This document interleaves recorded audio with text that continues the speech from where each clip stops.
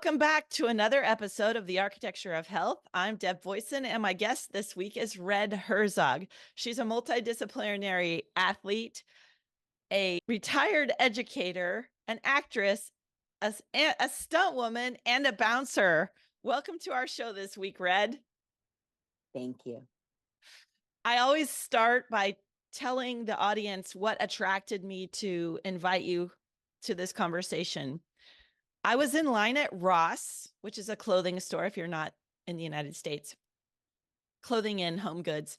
I had a pile of pots and pans in my arms and was juggling them awkwardly because I don't like to use carts. I like the challenge of the balance. And yet I made the mistake of dropping like a lid or a pot, and it was made a very loud clanging sound. It was embarrassing in this super long line, so I made a joke of it. I was like, sorry, folks, I guess I'm a one-man band. And people laughed, but Red rolled up her shirt and said, I'll play in your band. And she started drumming on her six-pack abs. I knew this was really weird for someone to be that physically sculpted. So I asked, I was like, how did you ever get so strong? She's told me this story that I'm going to have her share with you now about a physical transformation that really inspired me. And I hope any of you out there like me that have had a lot of challenges with your health or injury, I want you to hear Red's story first thing. So Red, tell me, take me back to when you went from being almost disabled to starting this athletic journey. Yes. Just I have to crack up for a minute because these are the abs that I was told I could never have by a medical professional, as a matter of fact, that I was not genetically capable of having them. That was a doctor here in Santa Cruz.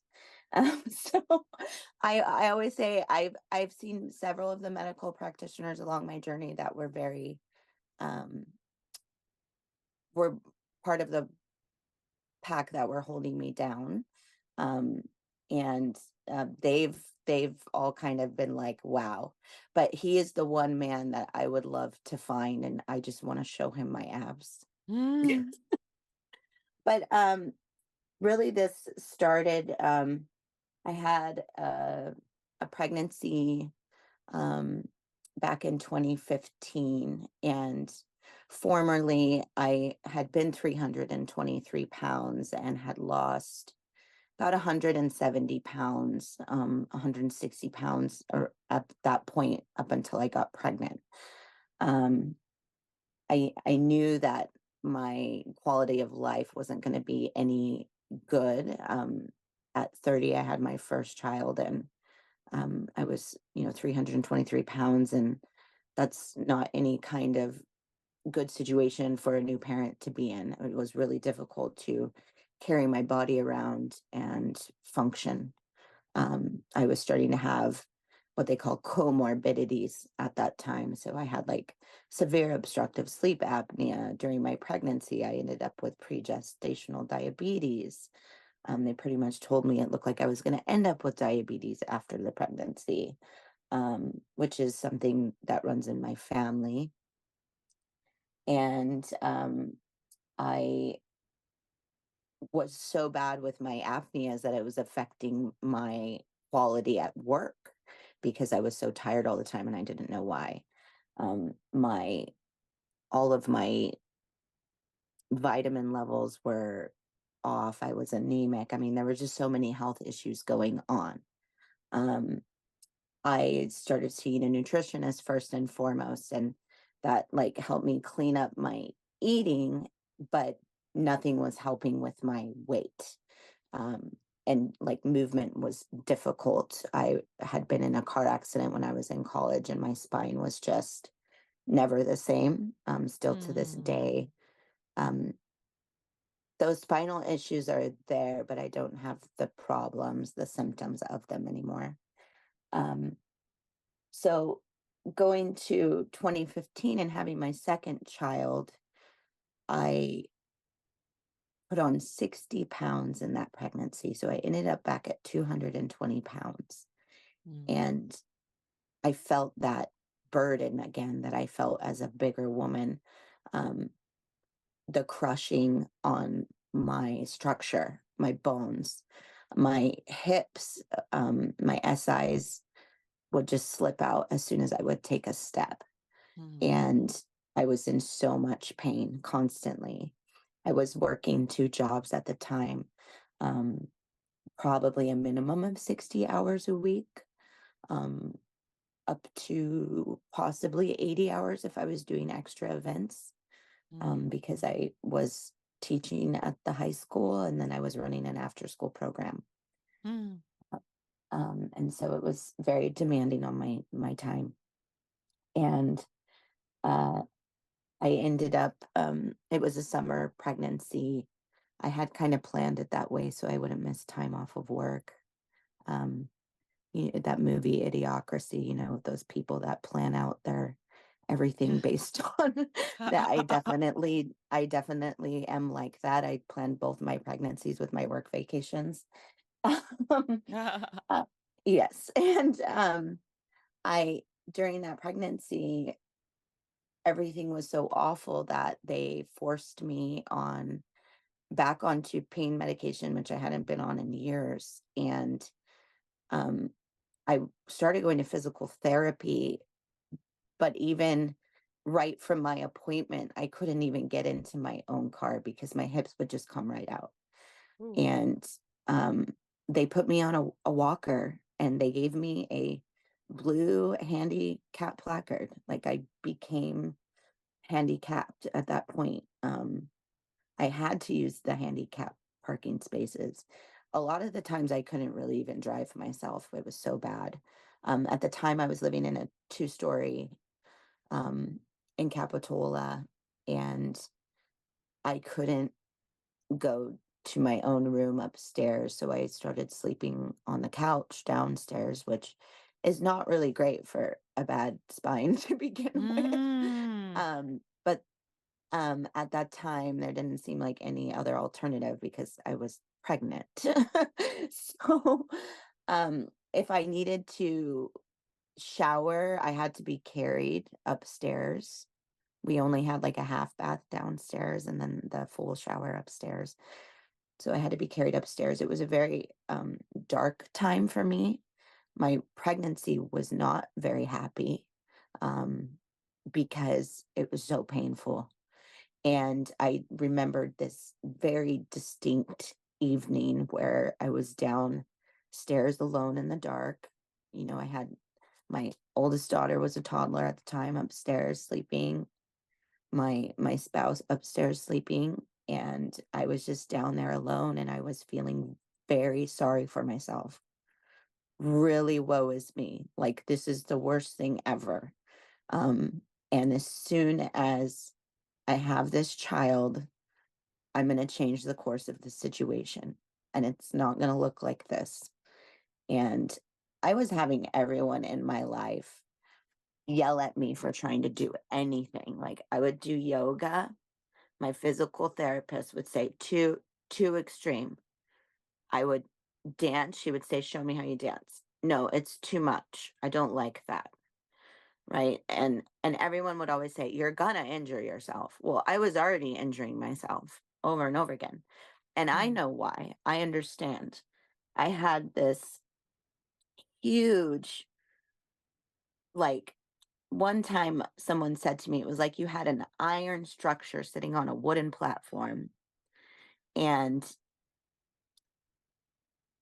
if you can picture that, this Mhm. giant, just heavy metal sitting on top of wood, over time, the wood is going to crack and splinter, especially as it's facing storms and weather.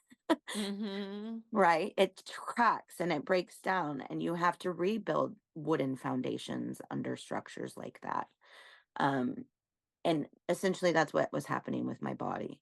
I had had so much trauma with car accidents and sports injuries because I was always an athlete prior to this time in my life that my body couldn't bear the weight.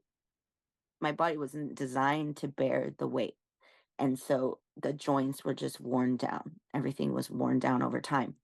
So then when I got pregnant and everything opened up and prepared my body, they never my joints never came back into place. And so even post pregnancy, I couldn't walk on my own still. I Mm, was on the walker, and it was still very difficult. I would try to go as far as I could on my own, but going to the front door, which was just a few steps from the couch, was something I couldn't do without the walker and was hard to do with the walker. And I remembered that promise that I made that one night, that I was just going to do something about it, no matter what. And I pretty much in that moment decided that I was going to do the things I was told I could never do. All of them. mm, Every single mm, one of them.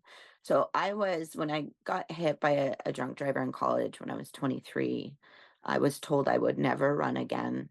I would never lift heavy. I shouldn't be playing sports, right? I played basketball, softball, volleyball, tennis, soccer. Um, that I shouldn't be doing that. And as I did 10 months straight of physical therapy to even be able to drive a car again. Um, I was 23 years old at that point. So I was really young. I was really heavy. Then I was like 280 pounds, and like that situation rocked my world. It completely messed up my spine.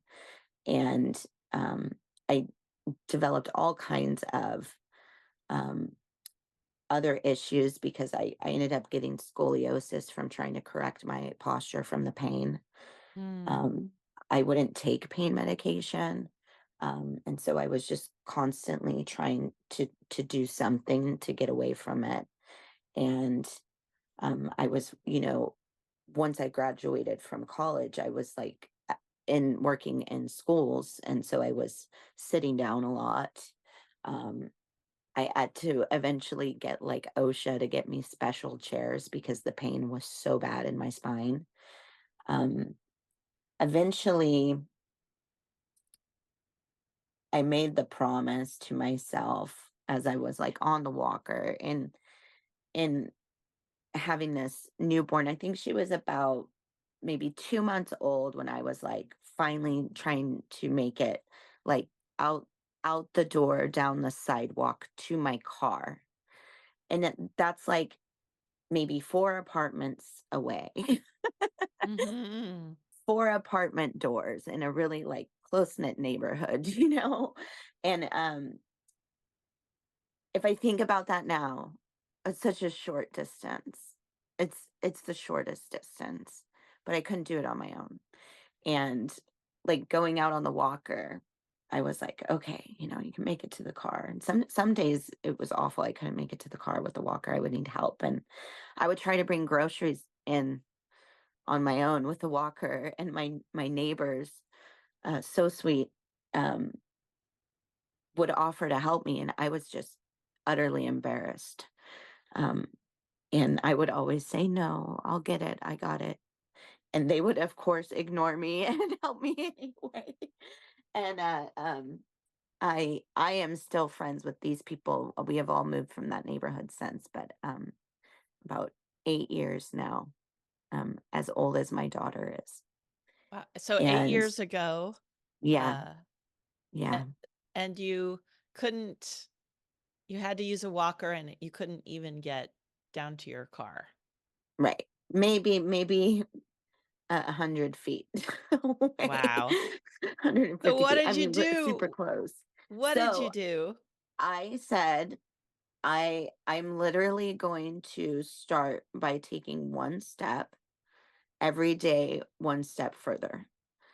And I promised myself I would get to this certain spot in my neighborhood. I could walk a couple blocks through this neighborhood and cut through an alleyway and get to the mall. And I promised myself once I could do that on my own without the walker, I would start going back to the mall or to the gym in Capitola, which I did used to go to before I was pregnant. I had started going there. I was working out. It was the first time since I was an obese woman that I was like really able to move since I had gotten hit by the kid in college. Um, like I worked out a bit, like whatever I could do that was like related to physical therapy. But outside of that, I wasn't really doing anything like I used to do in the past. Definitely wasn't playing sports anymore. So this is the first time I was like gonna be going back in years. And so I did that. I would like go a little bit further every day on the walker, a little bit further, a little bit further. Um, and eventually I got to the opening I promised myself I would get to. And I literally went to the gym and signed up. Mm. And it was just about the time my youngest daughter would have been 6 months old because she was allowed to go to kids' care. They didn't let any babies in until they were 6 months old at the time. And I've been going there now consistently ever since that day. And the journey has looked completely different. Like in the beginning, I didn't know what it would look like. I just wanted to be able to walk on my own. I just wanted to be able to walk on my own 2 feet and do things without getting yelled at for it. I wanted to do all the things I love without people in my life telling me that I was going to hurt myself or that I shouldn't be doing that because it just rained on my parade all the time. Mm. And I'm like, I just want some joy in my life. And if joy means I'm dancing on my walker, let me have the moment. Just let me have the Mm. moment. Like, you don't need to yell at me while I'm dancing on my walker saying you're going to hurt yourself. Like, Right. I've been in right.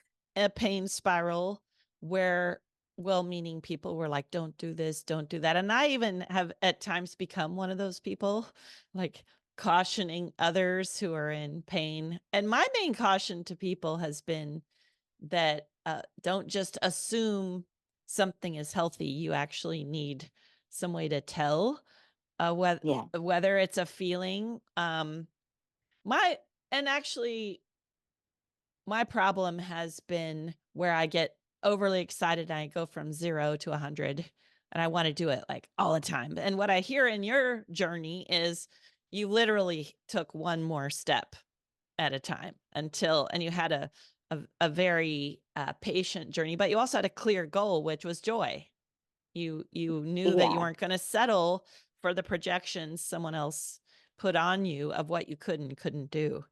Wow. And when we were in line at Ross, I remember you saying something about placing in competitive athletic tournaments, like going from that story, car accident, can't, told you can't do anything later, these bouts with obesity and pain to then being an extremely competitive athlete. Can you just share with the audience kind of the fast forward to what your physical capacities are now, what kind of things you do now? Yeah. So basically, once I started going to the gym, I knew that I felt in my bones that I needed to have a tangible goal that I was reaching so that I could focus on a thing. I needed to focus on a thing for my fitness because I was going, I was doing yoga, I was dancing, I was like lifting weights, but I felt like I didn't know what I was doing it for other than my own like movement and health journey. And coming from an athletic background, I wanted to do something. And so I was like, okay, what's the thing I can do that was like the worst thing they told me I couldn't do? And I was like, Ah! running. And I'm like, I literally got on Google and I was like, running races near me. And um, um, I found all different races, just like road races, trail runs, and I watched videos of all these different races. And then I found Spartan, and I was like watching videos of that, and I was like, oh, that's actually everything they told me I couldn't do in one thing: running, lifting heavy, climbing, like crawling under barbed wire. Like, I'm like, I'm gonna do that one first.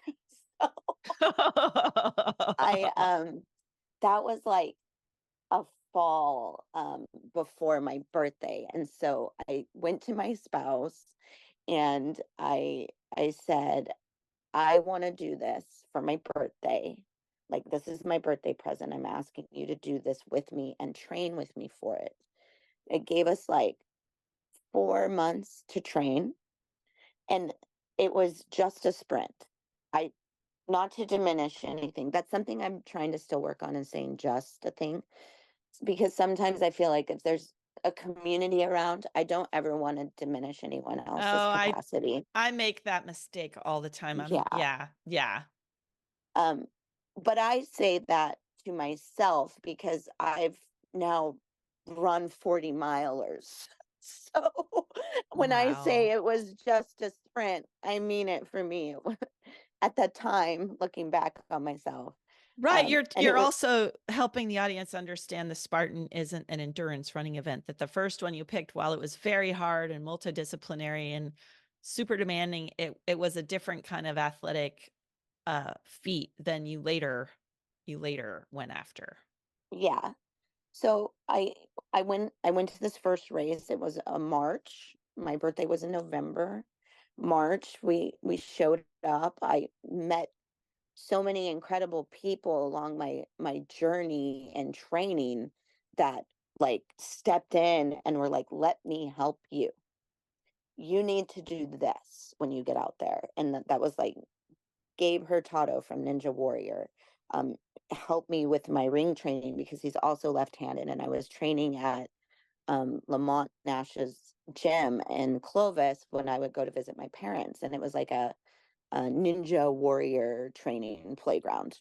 And so I got to do a lot of obstacle course training there. I picked up my first Atlas stones. I'm talking almost 200-pound Atlas Wow. stone from the floor at this gym. I did all of my first Herc hoist, like picking up these giant, sandbag on top of sandbag and taking them all the way to the ceiling in this giant space. I ran up a inverted wall. And I would go back and like I would work for it. And I mean, I have a video where I first time I tried to pick up the Atlas stone, I couldn't do it, and I literally smacked it and said, "I'm coming back for you. You better be ready." Uh, And then the next time I came back, I yoked it up. So like it's kind of that, like, I have this very determined nature. I always have. Maybe it's because I'm a redhead. Maybe it's just in my DNA. I do have an endurance gene that we found out. Just in my background, my mom and my sister both have this like endurance gene in our DNA, and it makes hmm. sense to me because I've always performed well at the stuff that requires me to go hard for a long time. Even when I was a big woman, like I could Wow. still do a lot of things. I was also still doing the splits as a big woman. I've always been Ah, very flexible. Um, and that flexibility has also played in part to my injury journey because of the lax joints, right? right. Sometimes yeah, I will just don't always bend it, don't break it. Sometimes I bend it and break it at the same time. I have So, that ligament laxity as well, and I have to be much more careful in my training choices than some other people do, because only found out in the last couple of years that there's a delayed proprioception when you have ligament laxity between. And sometimes that meant the deeper I was trying to stretch, the less I could feel that I was going overboard, and then the joint instability. So it's great you picked so many strengthening things. That's been a real help in my journey.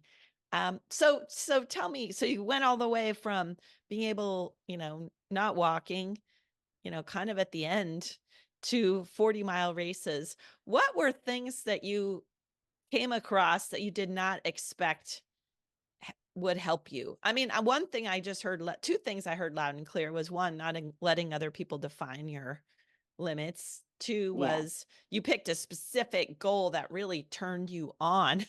Like Yeah. it hit every passionate marker you had for who you wanted to be.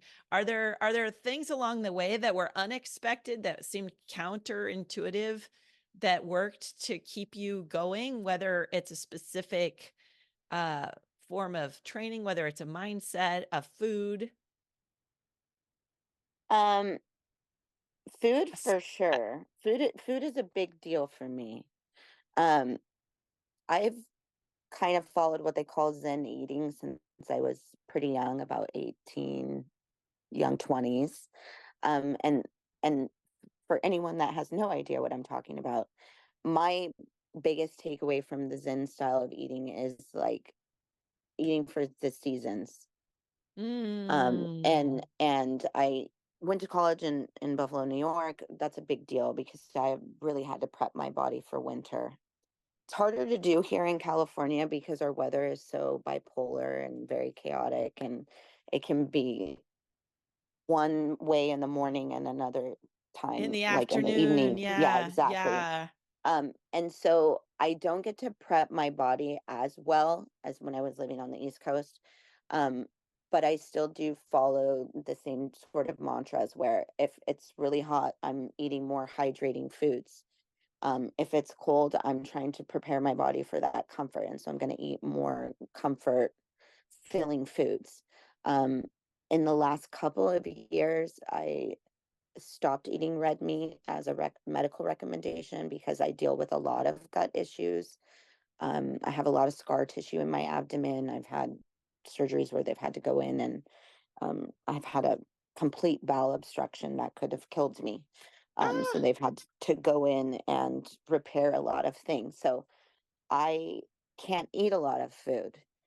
I steer clear of fried foods. Also, it's just in general, like the foods that bother me are foods that are not good for human consumption in general anyway. So like fried foods, um, sugary snacks, um, all of that kind of stuff that's generally not good for people. I try to not eat. I can't handle a lot of sugar. It just makes me feel gross.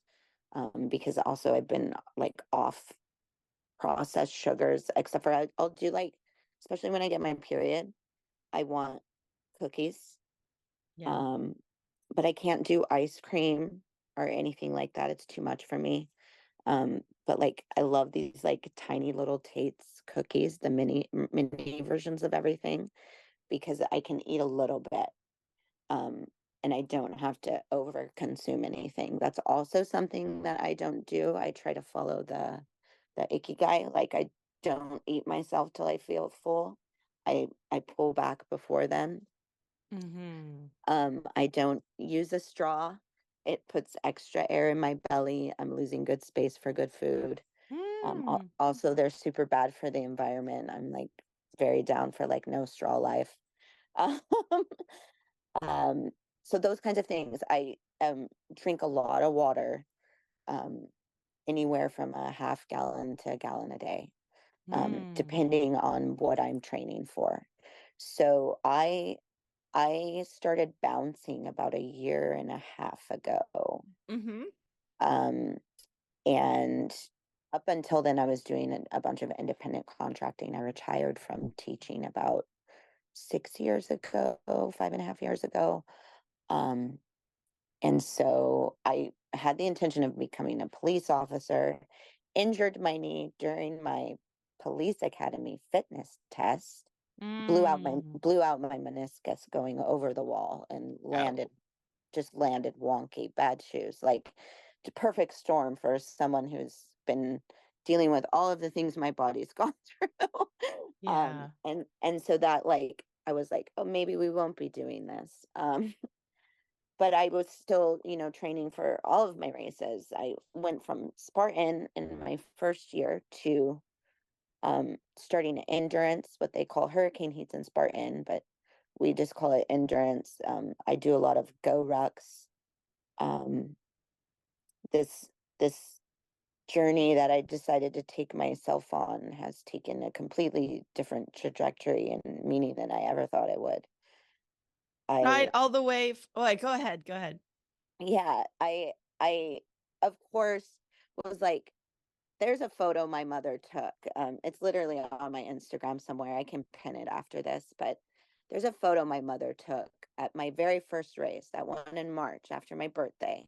I had my back brace on at one point. I did take it off because there was like mud dunks and stuff. I was not putting my I moved from a walker to a cane and then to a titanium back brace.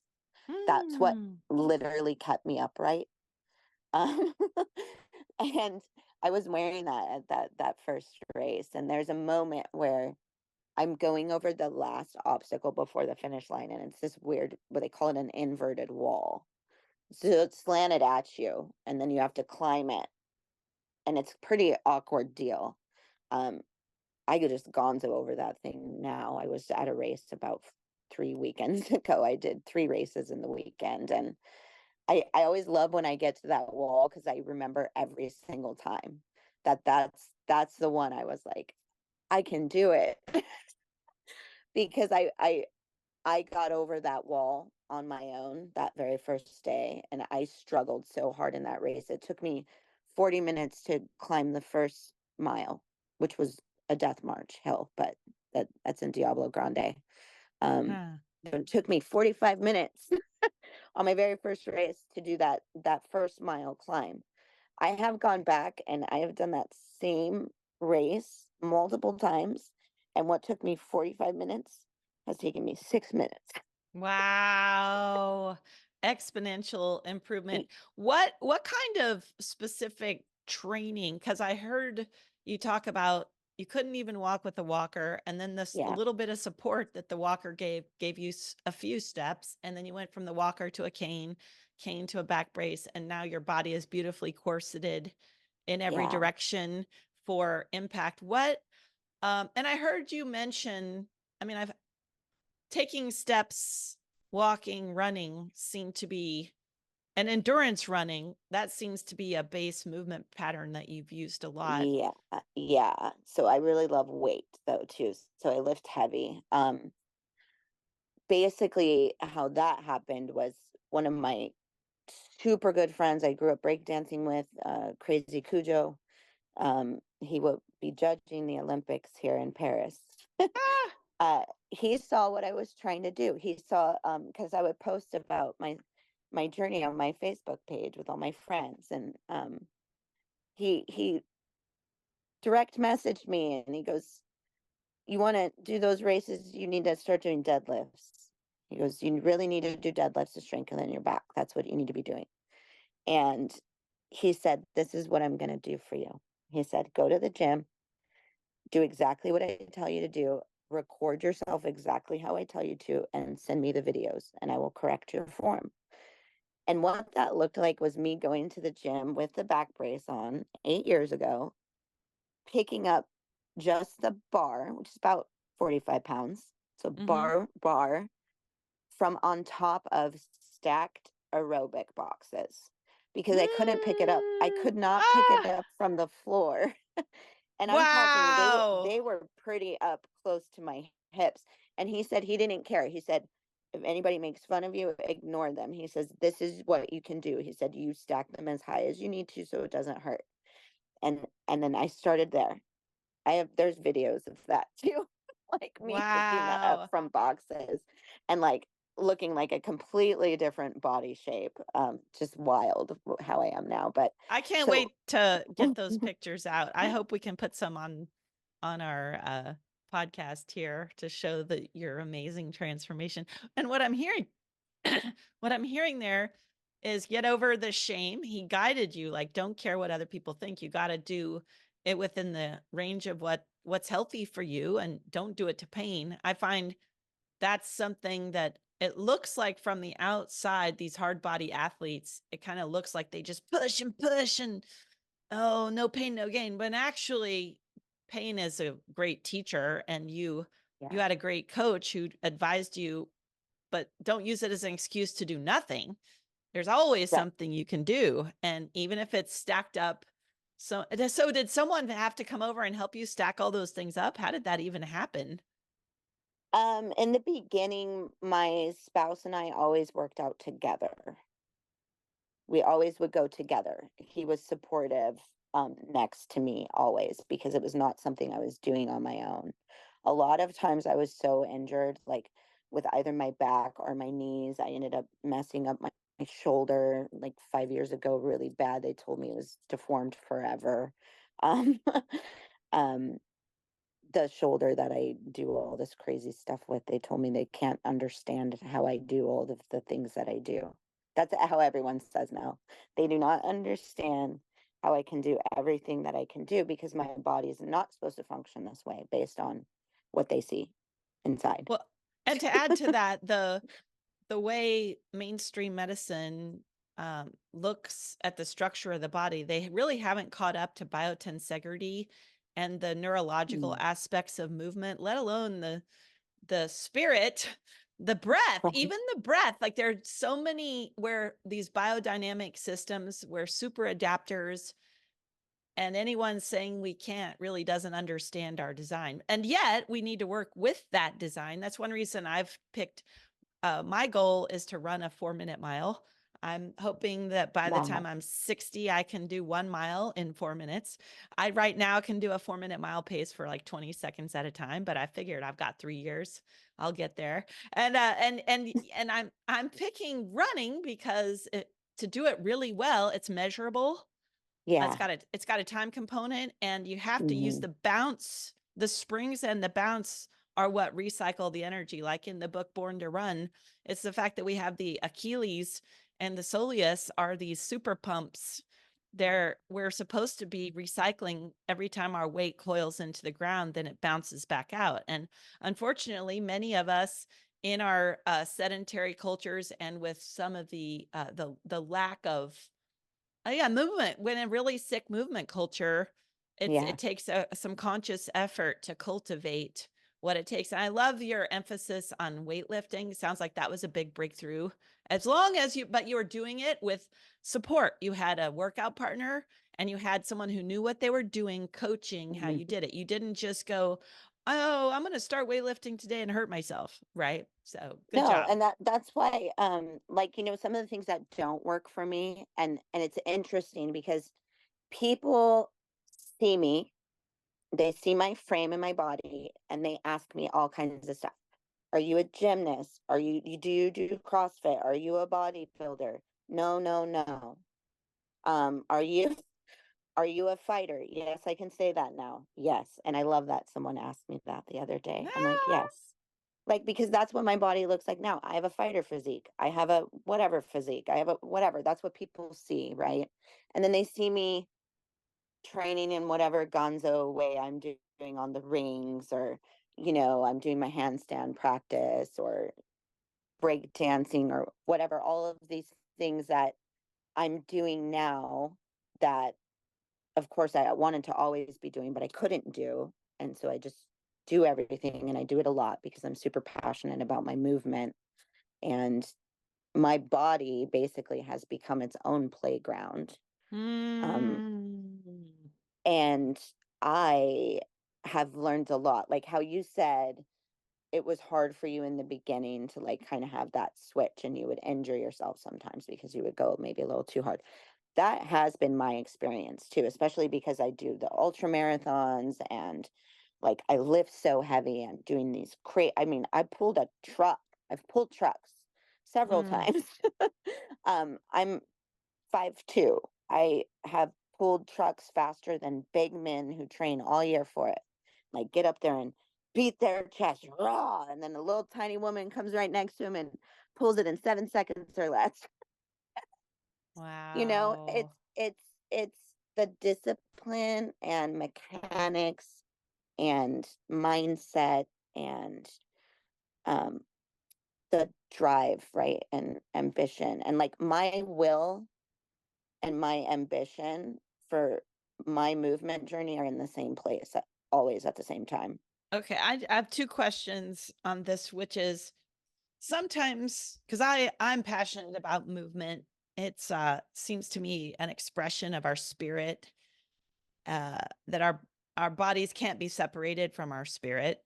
That Right. being able to express what our spirit wants, which is joy and excitement and possibility and freedom, At the same time, in a culture where people don't feel the same way as I do about movement, sometimes I feel like I'm kind of self-indulgent, you know, like, oh, she just sits around and eats bonbons all day and then goes and does her fun little tricks. So, how did you, I mean, but it sounds like you put people around you that like your husband was on board supporting your goals, and you went from, you really had a unique love of movement because you knew what it felt like as an athlete when you were young, that there was Yeah. something to sort of get back to.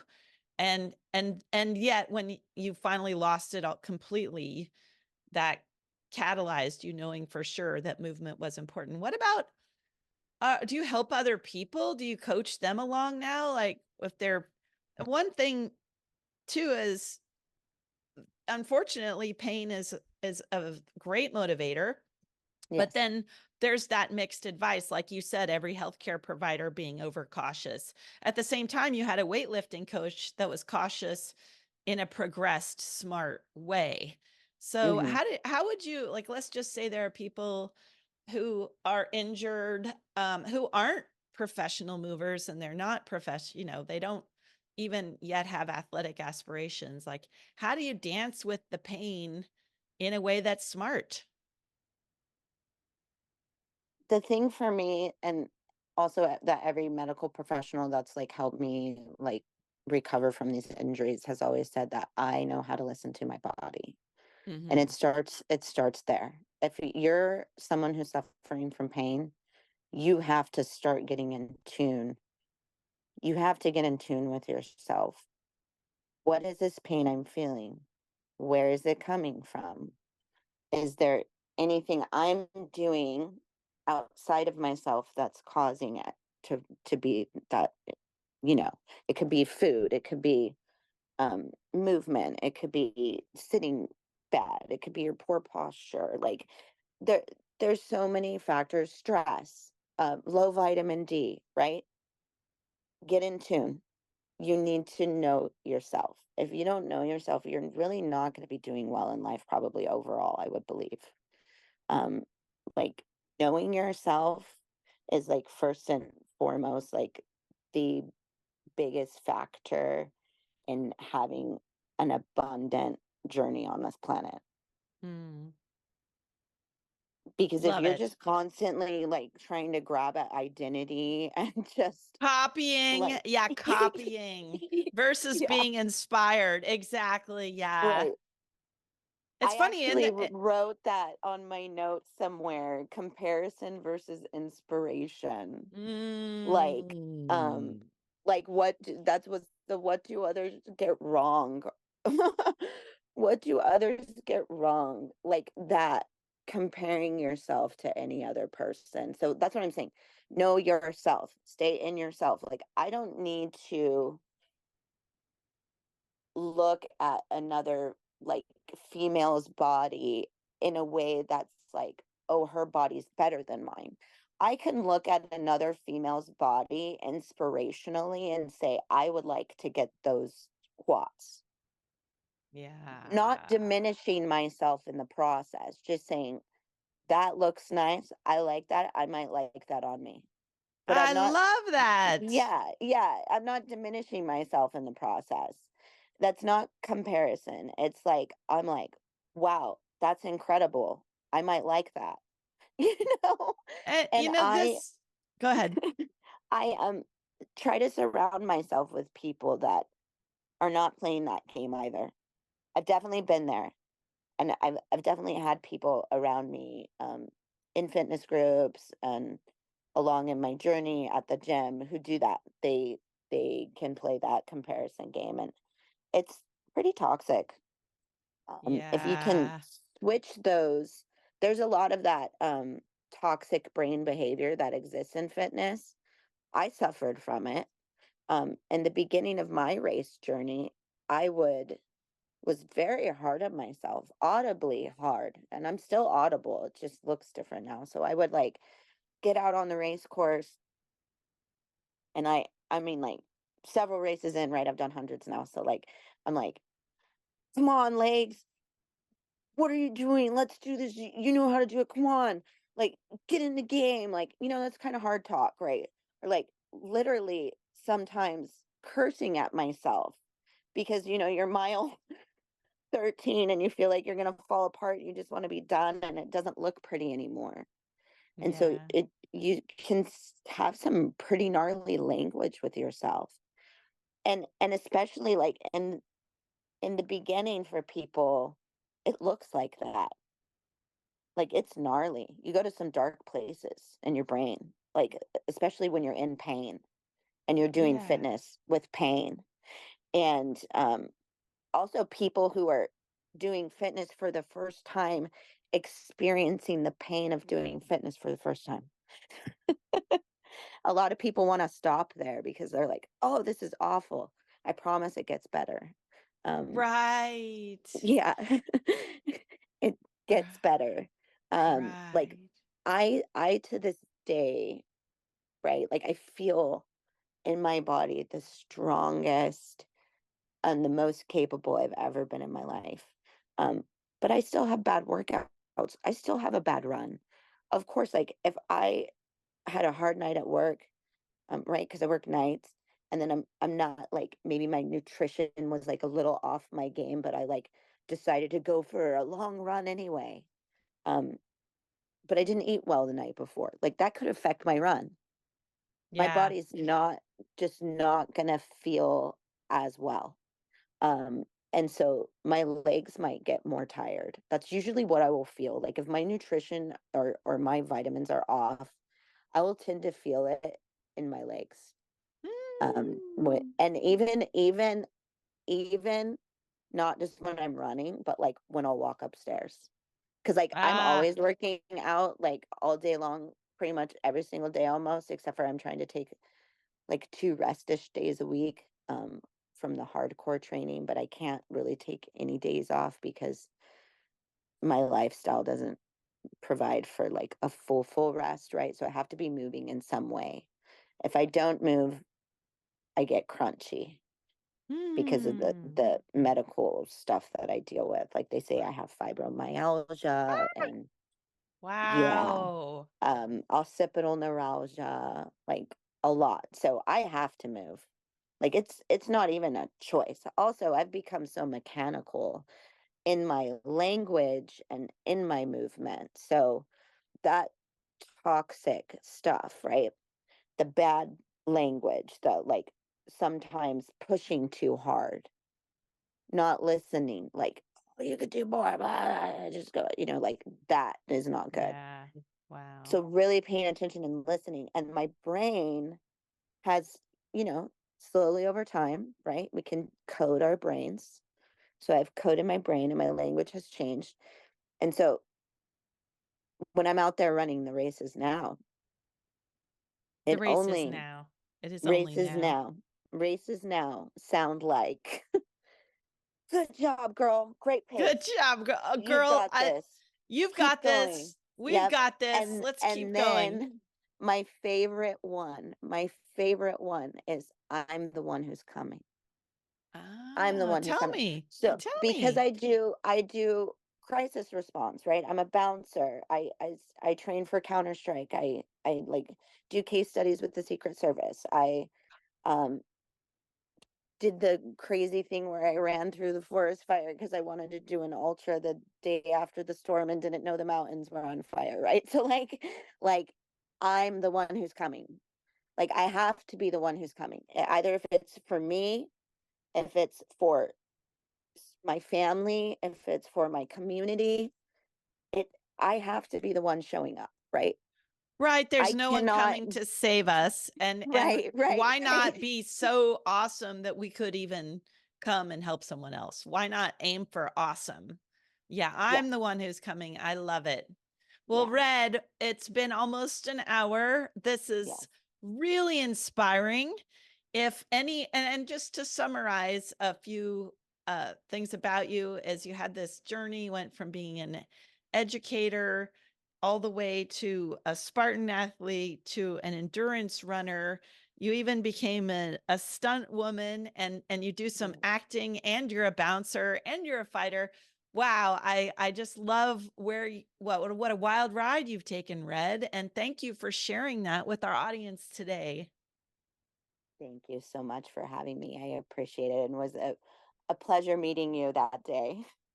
Boy, that was I told one of the world's most famous functional sports professional sports trainers about meeting you.